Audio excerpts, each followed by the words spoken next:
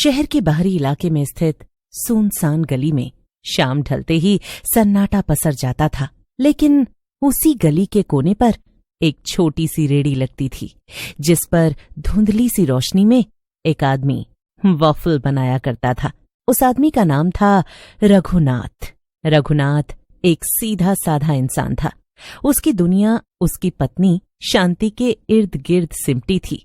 गरीबी ने रघुनाथ के पैर तो बांध रखे थे, लेकिन उसकी मेहनत में कभी कमी नहीं आई।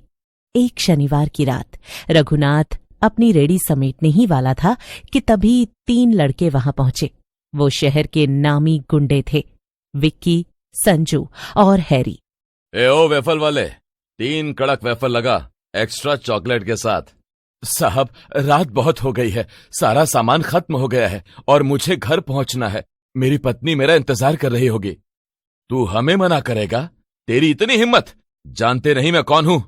माफ कर दीजिए साहब, लेकिन सच में बैटर भी खत्म है। तुझे वेफल बनाना नहीं पसंद? अब देख हम कैसे पकाते हैं। अगले 10 मिनट तक उस गली में चीखों के सिवा कुछ सुनाई नहीं दिया। विक्की और उसके दोस्तों ने रघुनाथ को बेरहमी से पीटा। रघुनाथ की सांसें थम गईं। उसकी आंखें फटी की फटी रह गईं, जिनमें दर्द और बदले की आग साफ दिख रही थी। गुंडों ने उसकी लाश को पास के एक पुराने कुएं में फेंक दिया और उसकी रेड़ी को आग लगा दी। इस घटना को बीते 1 महीना हो चुका था। पुलिस ने केस को दुर्घटना बताकर रफा दफा कर दिया था। शांति का रो रो कर बुरा हाल था, लेकिन उस गली में अब कुछ बदलने लगा था। एक रात विक्की और उसके दोस्त उसी रास्ते से अपनी महंगी कार से गुजर रहे थे। अचानक कार का टायर पंचर हो गया। इसी जगह पर टायर फटना था। तभी उसे हवा में एक अजीब सी गंध आई, मीठी सौंधी सी खुशबू, जैसे कोई ताजा वॉफल पका रहा हो। भाई, ये खुशबू कहाँ से आ रही है? सामने अंधेरे में एक रेड़ी खड़ी थी, वही रेड़ी जिसे उन्होंने जला दिया था। एक आकृति वहां खड़ी थी जिसका चेहरा नीचे की ओर झुका था। कौन है बे वहां? सामने आ। अचानक रेड़ी के पीछे से एक भारी और फटी हुई आवाज आई। साहब, वेफल तैयार है, एक्स्ट्रा चॉकलेट के साथ। वो आकृति धीरे धीरे रोशनी में आई। विक्की के पैरों तले जमीन खिसक गई। वो रघुनाथ था। रघुनाथ अब एक भूत बन चुका था। हैरी भागने की कोशिश करने लगा, लेकिन उसके पैर जमीन से चिपक गए। तुमने कहा था ना कि मुझे मना करने की हिम्मत कैसे हुई? आज मैं तुम्हें खिलाए बिना नहीं भेजूंगा। रघुनाथ ने हवा में हाथ घुमाया और हैरी का गला एक अदृश्य ताकत ने दबोच लिया। नहीं, छोड़ दो मुझे माफ कर दो। वेफल को पकने के लिए गर्मी चाहिए होती है। रघुनाथ ने अपनी उंगलियों से हैरी के सीने को छुआ। हैरी का शरीर बिजली के झटके की तरह कांपने लगा और उसका मांस जलने लगा।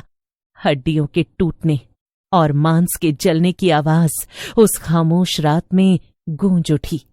वो तड़प तड़प कर मर गया। संजू पागल होकर चीखने लगा, ये भूत है, भागो विक्की। लेकिन विक्की हिल नहीं पा रहा था। रघुनाथ धीरे धीरे विक्की की ओर बढ़ा। तुमने मेरी रेहड़ी जलाई थी ताकि मेरा परिवार भूखा मर जाए। अब तुम मेरी आग में जलोगे। नहीं रघुनाथ, मैं तुम्हें पैसे दूंगा, जितनी जमीन चाहिए ले लो। मुझे जमीन नहीं, जान चाहिए। रघुनाथ की आवाज अब और भी भयानक हो गई थी। अगली सुबह पुलिस को उस गली में 2 लाशें मिली। हैरी और विक्की के शरीरों पर वॉफल जैसे वर्गाकार निशान बने हुए थे, जैसे किसी ने उन्हें सांचे में रखकर पकाया हो। संजू का कहीं पता नहीं चला, लेकिन लोग कहते हैं कि आज भी अगर कोई उस गली से आधी रात को गुजरता है तो उसे एक जले हुए आदमी की परछाई दिखती है। संजू ने शहर से दूर एक पुराने पहाड़ी गांव में पनाह ली थी। उसे लगा कि इतनी दूर वो वॉफल वाले भूत की पहुंच से बाहर है। वो एक छोटे से कमरे में खुद को कैद करके रखता। खिड़कियां हमेशा बंद रहती और रोशनी कभी नहीं बुझती। लेकिन वो एक बात भूल गया था। रघुनाथ सिर्फ एक शरीर नहीं, एक तड़पती हुई आत्मा थी, जिसे शांति तभी मिलती जब उसका आखिरी गुनहगार मिट्टी में मिल जाता।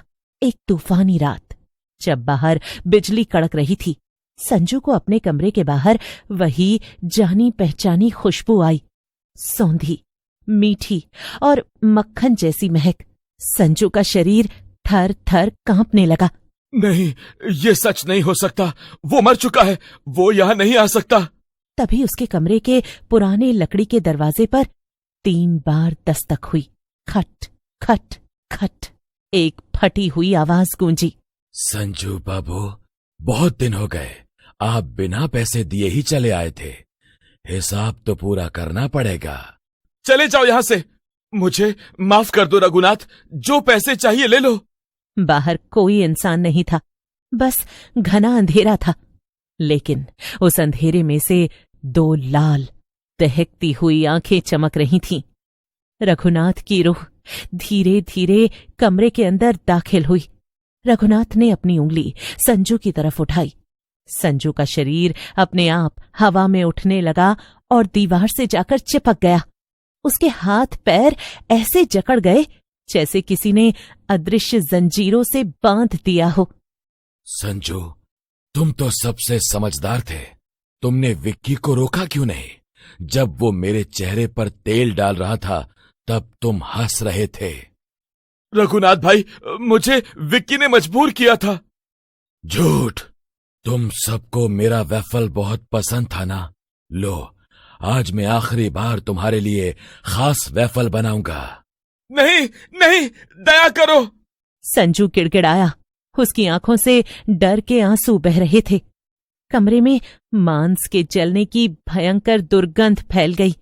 संजू की चीखें पहाड़ियों में दब कर रह गईं।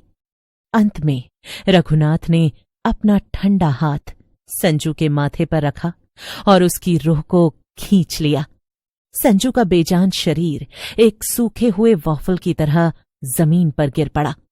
सुबह की पहली किरण के साथ रघुनाथ की रूह वापस उसी पुरानी गली में पहुंची जहां उसकी रेड़ी जली थी। वहां उसकी पत्नी शांति बैठी रो रही थी। वो आज भी अपने पति का इंतजार करती थी। अचानक हवा में वही मीठी खुशबू तैरी। शांति ने ऊपर देखा, वहां कोई नहीं था, लेकिन जमीन पर सोने के कुछ पुराने सिक्के पड़े थे। वही पैसे जो रघुनाथ ने अपनी मेहनत से जोड़े थे और जो विक्की ने लूट लिए थे। रघुनाथ की आवाज हवा में गूंजी। अब तुम्हें कोई तंग नहीं करेगा शांति, मेरा हिसाब पूरा हुआ। उस दिन के बाद वो सुनसान गली फिर कभी डरावनी नहीं रही। लेकिन आज भी अगर कोई गरीब भूखा उस रास्ते से गुजरता है तो उसे अपनी जेब में एक गर्मा गर्म वॉफल मिलता है। लोग कहते हैं कि रघुनाथ अब डराता नहीं, बल्कि उन लोगों की रक्षा करता है जो अपनी मेहनत से 2 वक्त की रोटी कमाते हैं।